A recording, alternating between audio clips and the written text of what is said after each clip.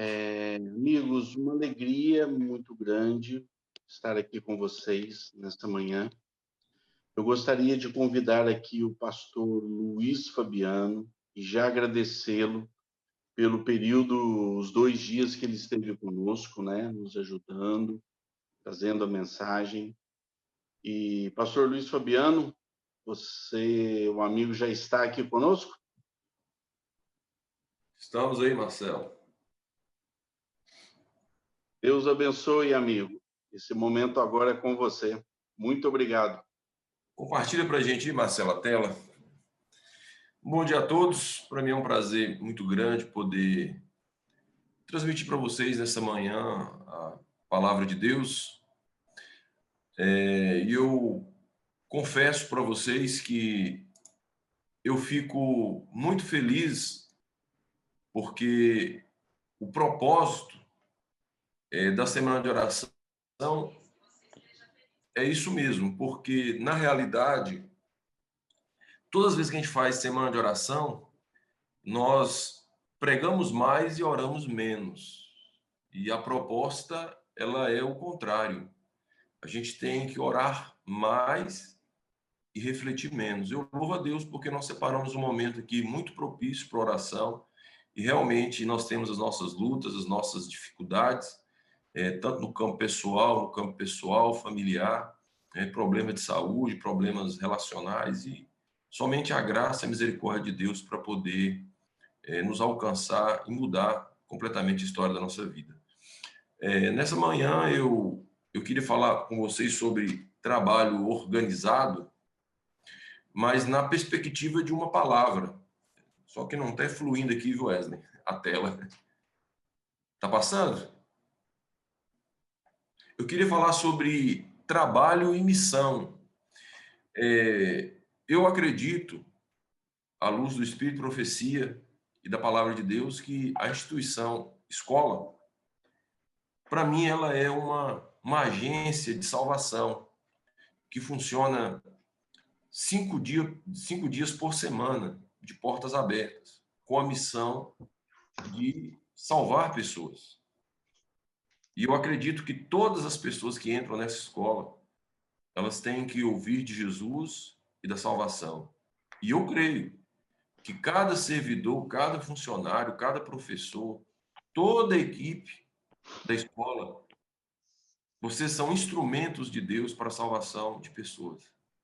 Por isso que o nosso trabalho é muito mais do que trabalho. Nosso trabalho é missão.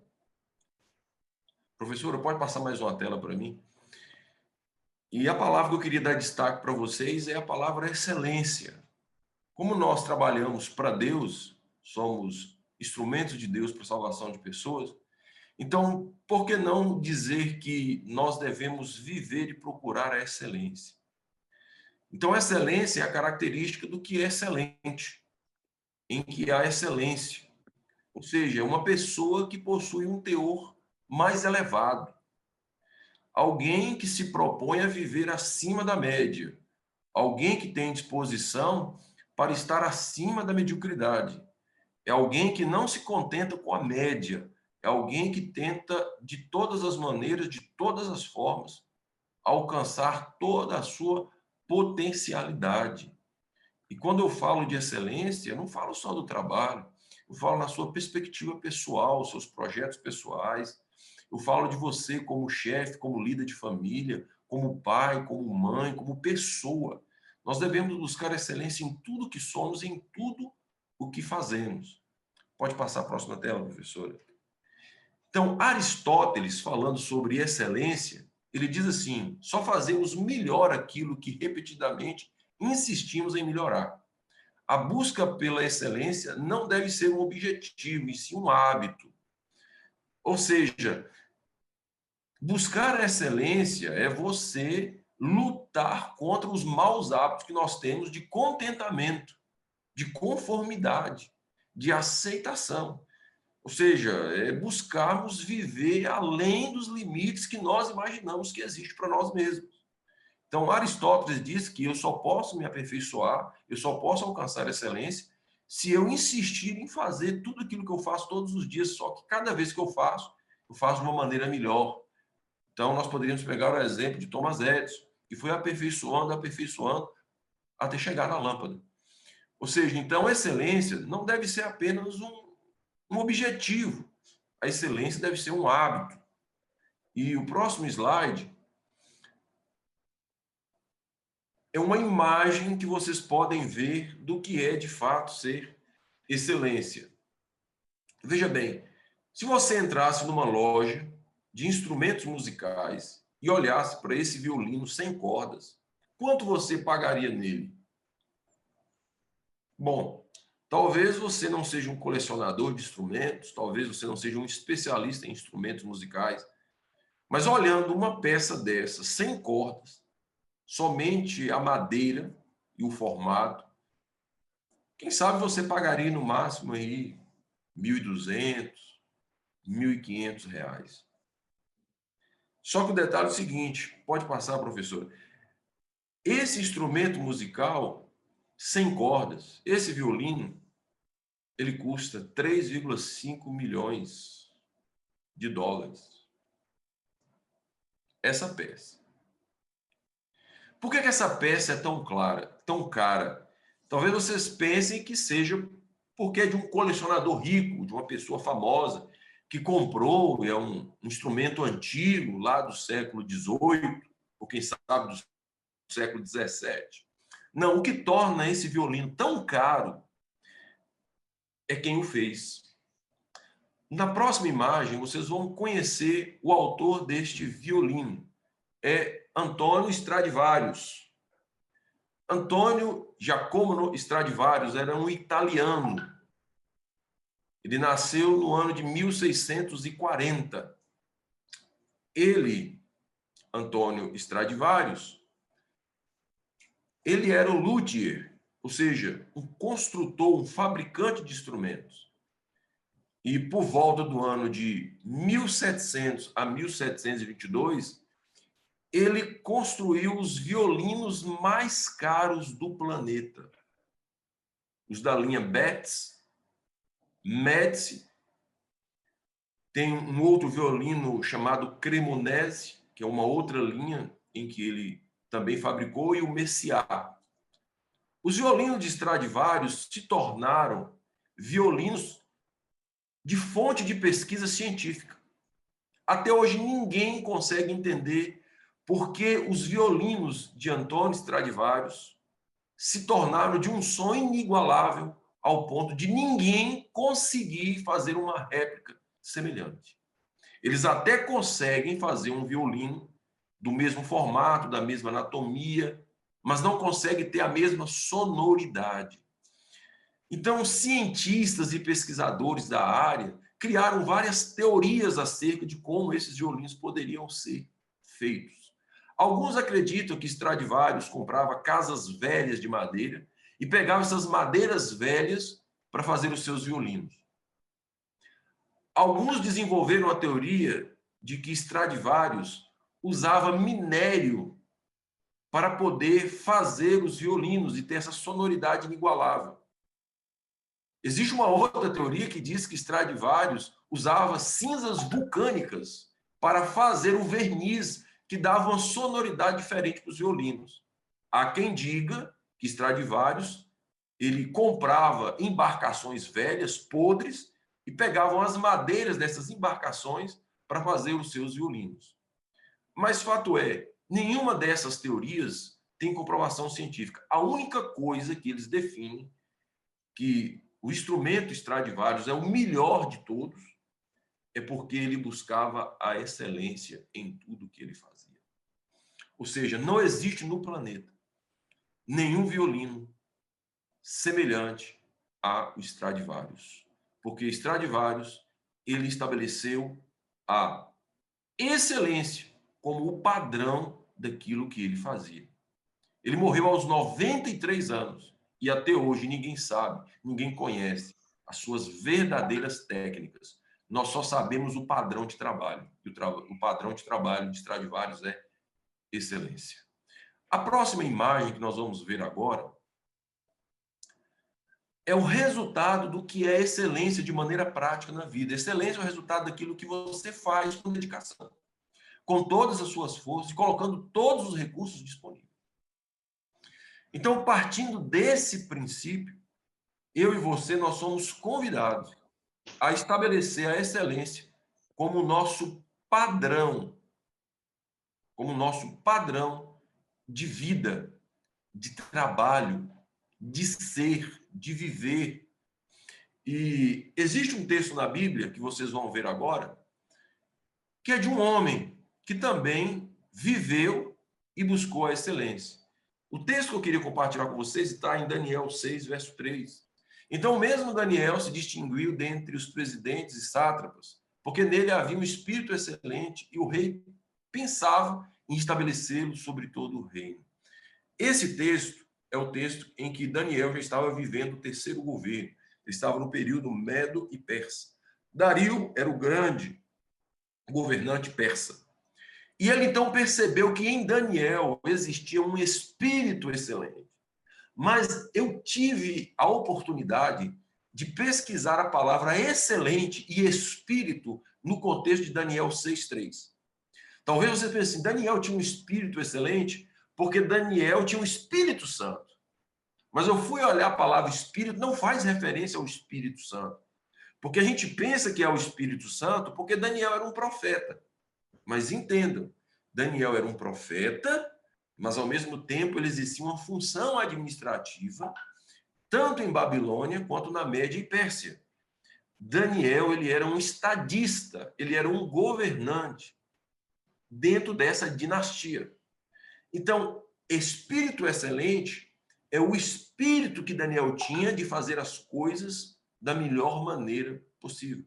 Até porque que na perspectiva profética, se nós olharmos a palavra profeta e o seu significado, vocês vão entender que profeta é uma pessoa designada por Deus para ser o porta-voz de Deus perante o povo.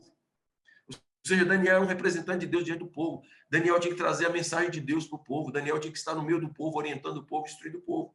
Não, mas esse não era o papel de Daniel. Daniel estava em Babilônia, agora estava na Média e Pérsia, ele não estava lá em Israel. Então, a figura profética de Daniel era de um homem que recebia visões e que interpretava sonhos e que escrevia. Mas essa função de estar diante do povo como orientador, como um líder espiritual, ele não tinha, porque ele não estava no meio do povo, ele estava no meio do paganismo. Ele estava ali recebendo as visões de Deus para poder prescrever para gerações futuras. Porém, todavia, entretanto, o espírito de excelência de Daniel não está meramente com o fato de ser profeta, mas como um estadista. Alguém que passou por Nabucodonosor, Beltesazar, melhor dizendo, e agora ele já estava no terceiro governo, o de Dario. E por que Daniel permaneceu como um estadista? Porque ele estava sendo escolhido para ser o líder de todos eles. Porque tudo que Daniel colocava na sua mão para fazer, ele fazia com excelência. Ele fazia bem feito. Sabe por que ele fazia bem feito? Porque ele não fazia para ele fazia para Deus. E todos nós, eu e você, que fomos chamados para sermos instrumentos de Deus, cada um na sua área específica. Eu aqui nesse escritório, como líder de mordomia, família e saúde, você como um líder na escola, como um professor na escola, como servidor da escola, você foi chamado por Deus para viver a excelência naquilo que você faz, porque você não trabalha para o Marcelo e nem para a escola. Você trabalha para Deus, você serve a Deus. E o mínimo que Deus espera de você é a excelência. Excelência é você dar o máximo de si, o que você está fazendo para o Senhor. Ser fiel um pouco, e sobre o muito te colocarei. Daniel foi fiel na alimentação. Na alimentação. E Deus estabeleceu Daniel como um governante em 3 reinos diferentes. Eu queria passar a próxima imagem. E nessa próxima imagem existe um texto de Ellen White, que ela fala quem deve ser o nosso referencial de excelência.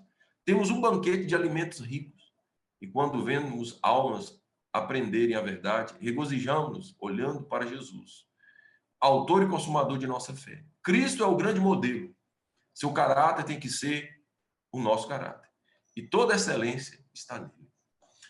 Então, se você quer ter um referencial de excelência, se você quer ter um modelo, um parâmetro a seguir, que esse não seja eu, nem o professor Marcelo, nem os seus líderes nas suas áreas aí da educação. o seu referencial de excelência é Jesus. Esse deu tudo o que tinha para a nossa salvação. E nós devemos dar para ele tudo o que nós temos. E o que nós temos é um trabalho, é um serviço de excelência. E Deus nos chamou para servi-lo. E que nós possamos fazer com toda a excelência. Porque, com certeza, a recompensa virá. Deus recompensará. Sede fiel no pouco e sobre o muito eu te colocarei. Que Deus te abençoe. Que excelência seja o seu padrão de vida, de trabalho, de família e de missão. Feche seus olhos e vamos orar. Querido e maravilhoso Deus, obrigado, Senhor, por nessa manhã poder abrir a tua palavra e falar sobre excelência. Que esse padrão de vida seja seguido por cada um dos teus filhos, que hoje servem ao Senhor na área de educação.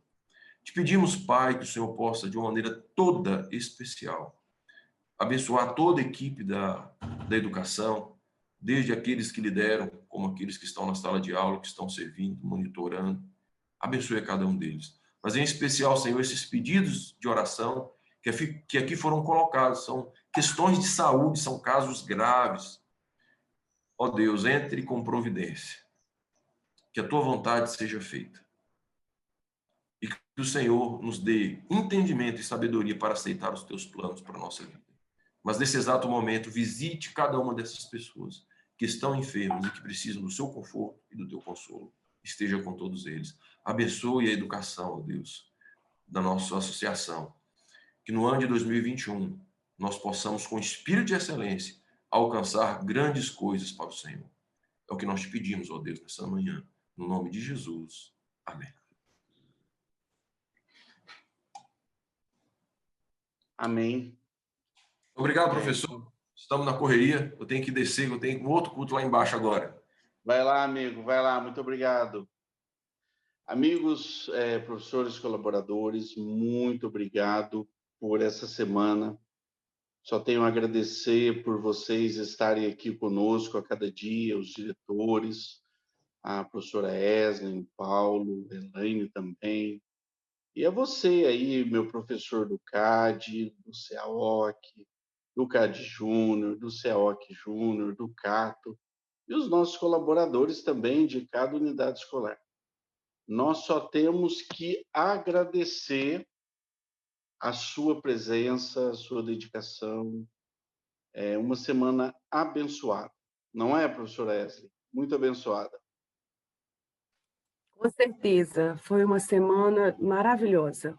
Todas as mensagens que foram proferidas, que foram compartilhadas, foram mensagens que realmente chegou à necessidade de cada um de nós. Muito obrigada, viu, professor Marcelo, por nos proporcionar esse momento. Eu estarei enviando na semana que vem um link com todas as 5 meditações, condensadas só elas ali, para a hora que vocês tiverem um tempo, quem não pôde participar de uma ou outra, poder rever, e aquele que quiser rever todas, vai ter essa possibilidade também. Amigos, que o Senhor continue abençoando o trabalho de cada um, guiando vocês e dirigindo a vida, tanto sua quanto da sua família. Muito obrigado, tenham um ótimo dia de trabalho. E eu vou ficar aqui, professora Eslen, com o pessoal do CEAOC, que eu tenho uma reuniãozinha com eles. Um abraço, amigos. Fiquem com Deus.